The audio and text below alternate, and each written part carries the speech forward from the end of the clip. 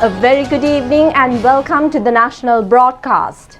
I am Malsha Dharmavardhana. A very good evening indeed. I am Charita Miniprarachi, and let's move on to the headlines for tonight's news.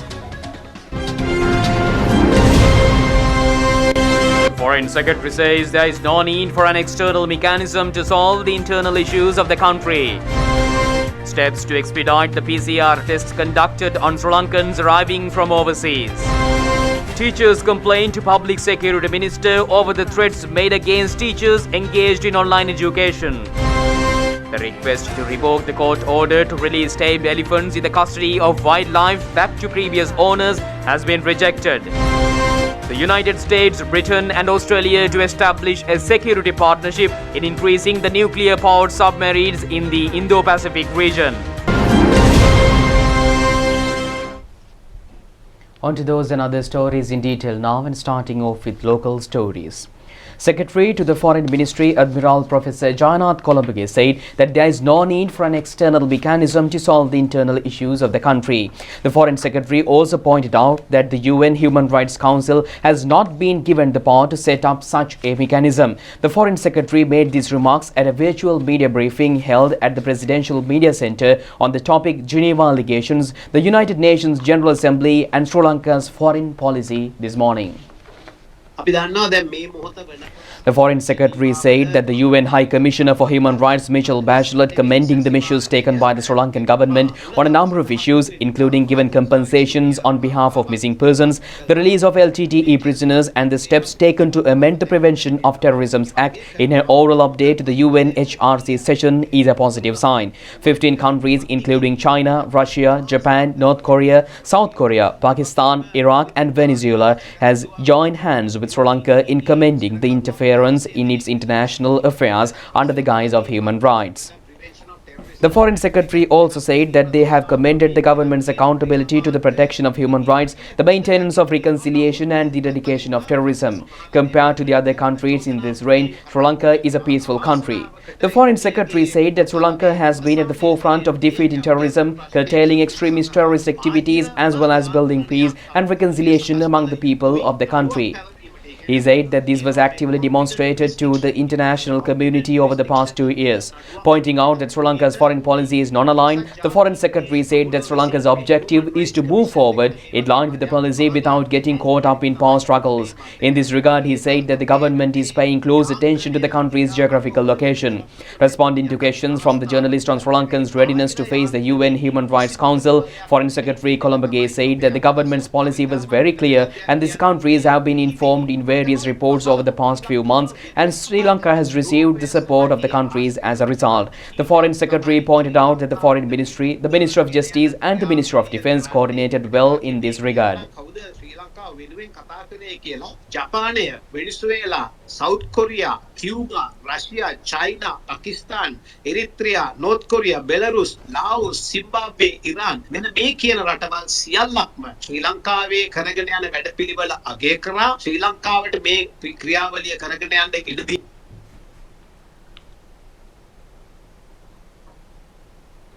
සෑම රටක් සමගම සම තත්වයෙන් ගනුදෙනු කරන අතර Principal Advisor to the President Lalit Veeratunga said that the content of speeches of President Gotabaya Rajapaksa as well as all heads of states attending the UN General Assembly this year would be the mechanisms and future plans for overcoming the COVID-19 challenge. He added that the session would be a great opportunity to overcome the challenges of the post-COVID era by reaching agreements for the economic and social development of the countries. He also expressed optimism that President Gotabaya Rajapaksa would use the General Assembly to clarify various misconceptions among the international community regarding Sri Lanka. Teacher Principal Services Associations briefed Minister Sarath Weerasekara on the threats and influences made on the teachers currently engaged in teaching through online platforms.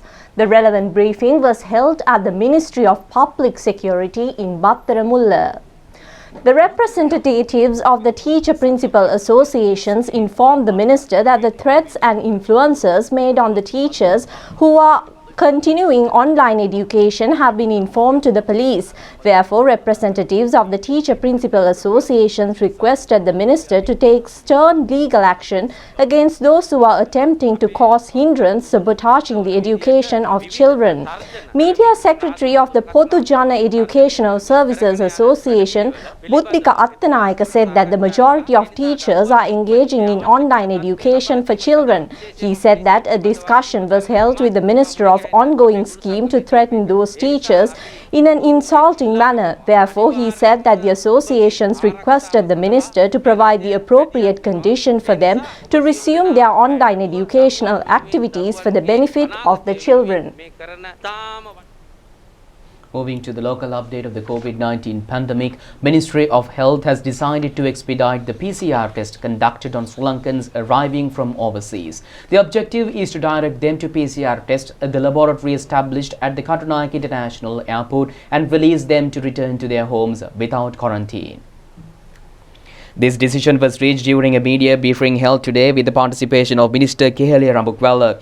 Minister Prasanna Ranatunga and State Minister D.V. Chanaka were also present at this occasion. The relevant program will be initiated within the next 2 weeks. Steps have been taken to improve the facilities at the airport laboratory. No unnecessary time or cost will be borne through this initiative. Minister COLOMBO Rambukvella said that restrictions imposed on essential sectors including tourism industry should be relaxed to a certain extent considering the prevailing health situation in the country. Minister Prasanna Ranatunga said that many countries in the world have taken the effort to rebuild their tourism industry while mitigating the COVID-19 outbreak.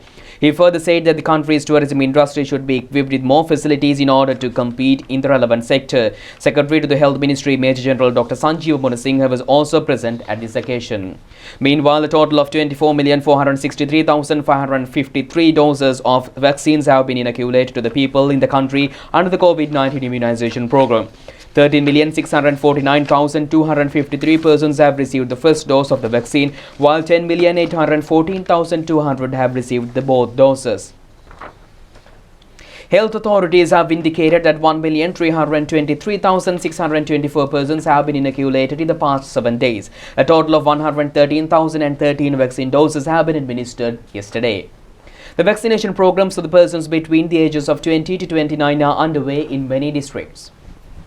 The vaccination program at the Dietha Uyana premises in Battaramulla with the assistance of the Sri Lanka Army is underway at present. People can obtain their second dose of Sinopharm vaccine at this centre. Another vaccination program was initiated at the Kurunegala General Hospital until midnight by the Government Medical Officers Association. Accordingly, the second dose was administered to persons above 30 years of age, while the first dose of the Sinopharm vaccine was administered for unvaccinated persons at the centre. Meanwhile, a total of 1,382 COVID-19 infected persons were identified in the country today. The number of active cases in the country has increased to 57,398. In the meantime, 1,336 recoveries were reported today, increasing the tally to 428,590. Director General of Health Services confirmed 118 COVID-19 related deaths yesterday.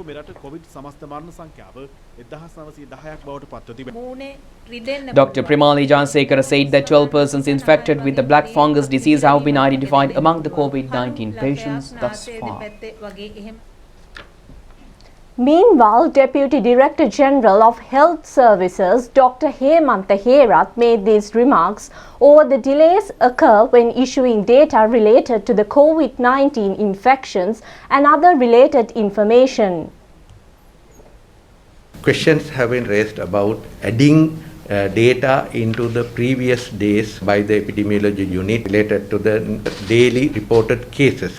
This addition of cases into the previous days is a result of inevitable process where the health workers are going into the periphery and in most difficult places to do rapid antigen tests to diagnose patients, and sometimes they go to a extremely difficult area where sometimes data or communication facilities are not available, signal not available, or they do not have the specific facilities to enter the data then and there. So most of the time these people, around 350 medical officers of health areas, there are large number of places to which these health workers are going under very difficult conditions, and they collect the data, and these data sometimes cannot be communicated direct directly to the MOH office and to the epidemiology unit on the same day. Sometimes before the closure of the medical MOH office, they cannot come back to the office, and sometimes it is not practical for them to come back to the MOH office after traveling all the way from different places, and therefore these data is entered, communicated to the relevant authorities on the next day. So therefore these delayed reporting is,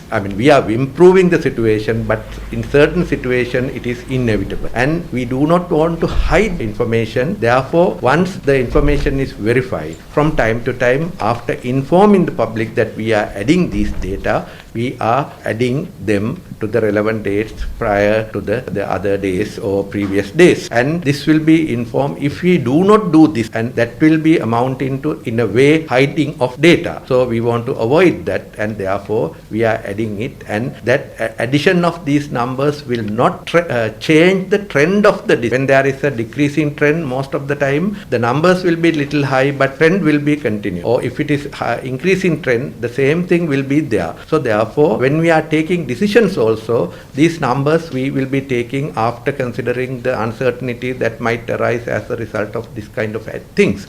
So therefore, public need to be reassured that whatever the data addition is not going to affect the control activities or the decisions taken from time to time.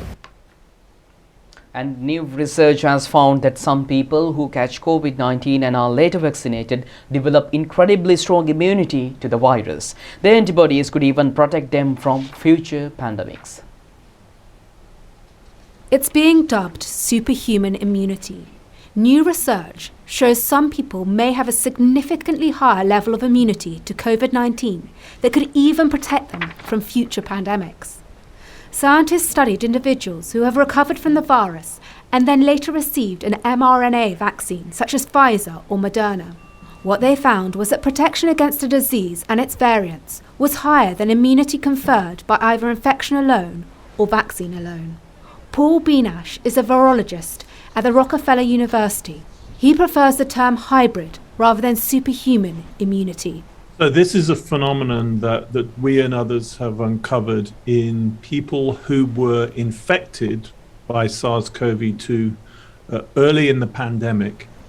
And then some months later, when vaccines became available, they were vaccinated. Their antibodies were not only capable of neutralizing all of the SARS-CoV-2 variants that we have seen thus far, they're also capable of neutralizing viruses that are very much more diverse, including the original SARS coronavirus, which is really quite different to the current ones, viruses that are currently circulating in bats and pangolins.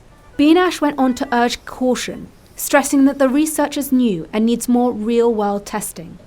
He said it did offer hope, though, for the people who had recovered from the disease and been vaccinated. His team is investigating whether a third booster shot has the same effect. So far, more than 226 million people around the world have been infected with COVID, and some 4.8 million people have died. The World Health Organization has said another flu pandemic is inevitable, that it is a matter of when, not if. Prime Minister's office has communicated that Venerable Pallabedde Nandaratana Thera, who have allegedly assaulted a public health inspector, is not holding a post of an advisor to the Prime Minister. Venerable Nandaratana Thera has been charged for allegedly assaulting an administrative public health inspector at the office of Kakirao Medical Officer of Health. A statement issued with the signature of the Media Secretary to the Prime Minister has indicated that the reports on the Venerable Thera being an advisor to the Prime Minister are baseless. The statement has indicated that the Venerable Thera has not been appointed as an advisor or to any other position related to Prime Minister Mahinda Rajapaksa at present. The Kakirao police is conducting further investigations in this regard. Minister Namal Rajapaksa says that a fair investigation will be conducted on State Minister Lohan Ratwatta. The minister made these remarks while engaging in an observation tour at the Anuradhapura prison. The observation tour was conducted in accordance to a request made by the inmates over a speech delivered by Minister Namal Rajapaksa in the Parliament regarding inmates who are serving long-term imprisonment. The minister looked into the inmates who are in prison for many years without any court hearing under the Prevention of Terrorism Act.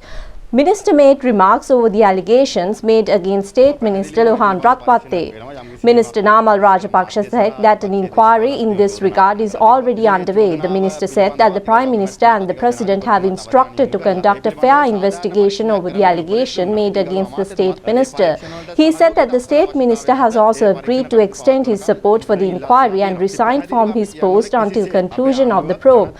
He emphasized that the government was formed with the objective to ensure the security of the public of the country. Therefore, he said that the government will not approve of such incidents. And meanwhile, Minister Uday Gambanpila says that petroleum resources in Mana Basin would be able to earn revenue worth threefold of the amount to be paid as foreign debt in the country. The minister made these remarks during a tour to observe the first ever airborne survey in Sri Lanka to map oil and gas resources in the Mana Sea areas. An airborne gravity, gradiometry and magnetic survey to detect petroleum resources in the shallow waters of the Mana and Kaveri Basin commenced recently. This has been carried out by a UK-based geographical survey company, Bell Geospace. 20 exploration blocks with the potential to consist of petroleum resources have been allocated in the exploration map. However, the 20 blocks are expected to be redivided into 873 blocks to reconfigure the map due to the high expenditure and longer time period a single company has to run in exploring one block. The project will be headed by the Petroleum Resources Development Secretariat of the Ministry of Energy. The minister said that the relevant draft bill on petroleum development expected to be passed in the Parliament by next month. Minister Uday Gambanpila said that the government will not bear any cost for the survey. He said that the entire cost will be borne by Bell Geospace company. He added that the rights of the collected data will be with the government. He said that the profit earned by the company from the sale of necessary data for future investments will be shared with the Sri Lankan government. The minister said that this project will be an initiative that will earn foreign exchange without spreading a single cent from the government. The government will not bear any cost for the airborne gravity, gradiometry and magnetic survey. The minister further said that the right of the collected data will be belonging to the Sri Lankan government. Minister Uday Gambanpila said that it has been identified that the Mana Basin consists of 200 million barrels of petroleum at present. He added that if they sell a barrel at a rate of $75, the country would be able to earn $150 billion from this reserve. He also said that natural gas resource has been estimated at $117 billion. Accordingly, the minister said that the minimum revenue the country could earn from this petroleum reserve is at $267 billion. Accordingly, the government will earn a share of a profit worth $133.5 billion. He said that the current foreign debt of the country stands at $47 billion. He added that the petroleum resources in Mana Basin would be able to earn revenue worth threefold of the amount to be paid as foreign debt in the country. He said that the relevant investments will be invited to the country after passing the draft bill in the Parliament and acquiring the data. Two suspects have taken into custody over the incident related to the recovery of a hand grenade found in a lavatory in a private hospital in Narayanpeta. Police media spokesman SSP Nihal Thalduwa shared these remarks with media. A 26-year-old suspect was taken into custody yesterday over the incident occurred on September 14th. The suspect have been identified as a resident in Uppaveli area. Police investigations have revealed that the suspect have been employed by a company carrying out construction work related to the hospital. The police have said that the hand grenade have been first seen by the suspect. Police media spokesman SSP Nihal Thalduwa said that the suspect arrested by the Colombo Crimes Division will be probed under the Prevention of Terrorism Act. He further said that another associate of the suspect was taken into custody in Kurunegala in the evening. He said that even though it has been revealed that the suspect has placed the hand grenade at the hospital with the intention to make improper advantages from the incident, further investigations will be carried out in this regard. Director General of the National Development Media Centre, Milinda Rajapaksa, says that public should only expect a government to implement stable policies and decisions. He made these remarks while taking part in the Mahajana Dinaya program at the national television. Director General of the National Development Media Centre, Milinda Rajapaksa, said that certain entities are in the attempt to push the government towards a precarious economy policy which is not seen in any other nation. He said that the parliament is appointed not to impose wholesale price rates or rebuild loss-making institutions. He said that the government is formed to maintain the national economy, national security as well as the country's foreign policy. Speaker Mahinda Yapabewardene attended the centenary celebrations of the All India Residing Officers Conference as a guest of honour yesterday. This event was held via video technology due to the prevailing COVID-19 pandemic. The conference was held under the theme "The Role of the Legislature in Fostering Effective and Meaningful Democracy." During the ceremony, the International Day of Democracy, which is celebrated on the 15th of September, was also commemorated. The conference, chaired by Speaker of the India Lok Sabha, Om Birla, and speakers of legislatures in many countries also took part in virtual conference. Speaker Mahinda Yapabewardene pointed out that the economic and democratic cooperation between Sri Lanka and India, both in the past and in recent times, is significant. Secretary General of the Parliament, Dhammika Dassanayake, was also present at this occasion.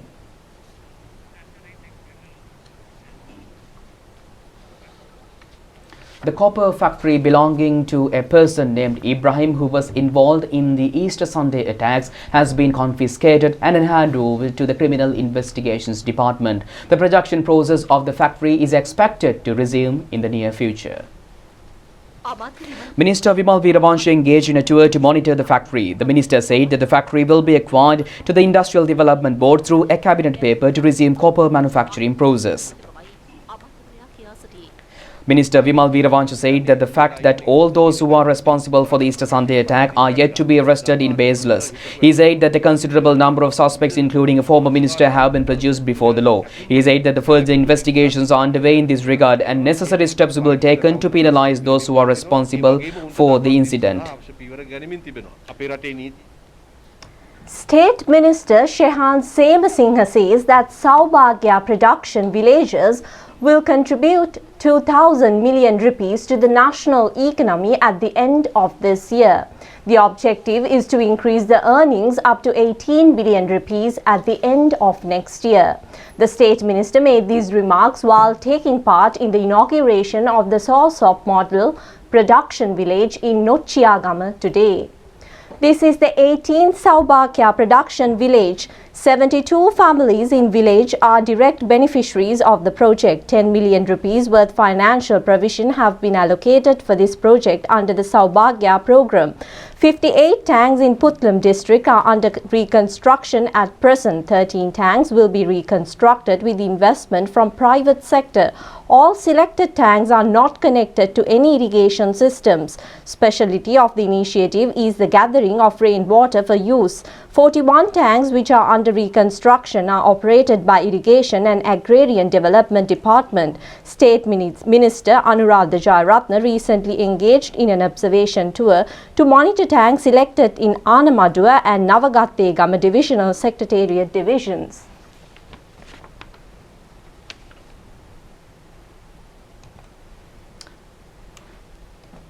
And meanwhile, the Colombo Additional Magistrate rejected the appeal filed requesting to revoke the order issued by Additional Magistrate to release 14 tamed elephants which were in custody of the Department of Wildlife back to their previous owners. The Additional Magistrate issued this order when the motions filed by 2 attorneys at law and environmental organizations requesting to revoke the relevant order, considering it as an erroneous order given with a misunderstanding of the law.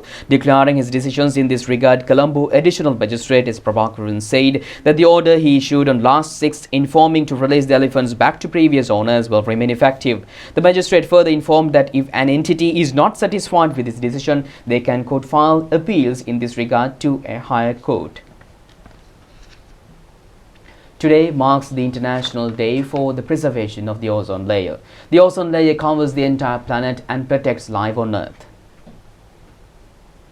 The ozone layer has continued to face the risk of being depleted due to various human activities. Accordingly, September 16th was designated by the United Nations General Assembly in 1987 as the International Day for the Preservation of the Ozone Layer, with the aim to bring the attention in this regard to the global community. The Vienna Convention to conserve the ozone layer was ratified in the year 1985, and Sri Lanka, as an initial member, continues to celebrate the day ever since. Ozone layer is a shield placed in the stratosphere to absorb most of the sun's ultraviolet radiation, which would harm the skin, eyes, immune system of humans as well as various flora and fauna species. Ultraviolet radiations also could negatively impact on the productivity of the agri-crops as well as climate change.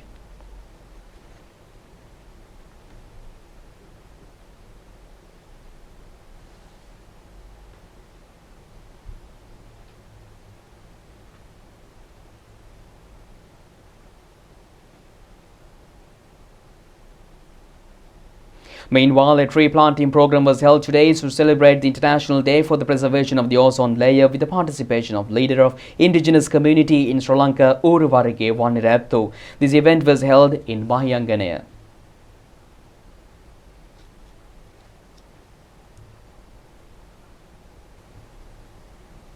And with that, we conclude tonight's news. Reach us tomorrow at the very same time. Stay safe. Good night. Good night.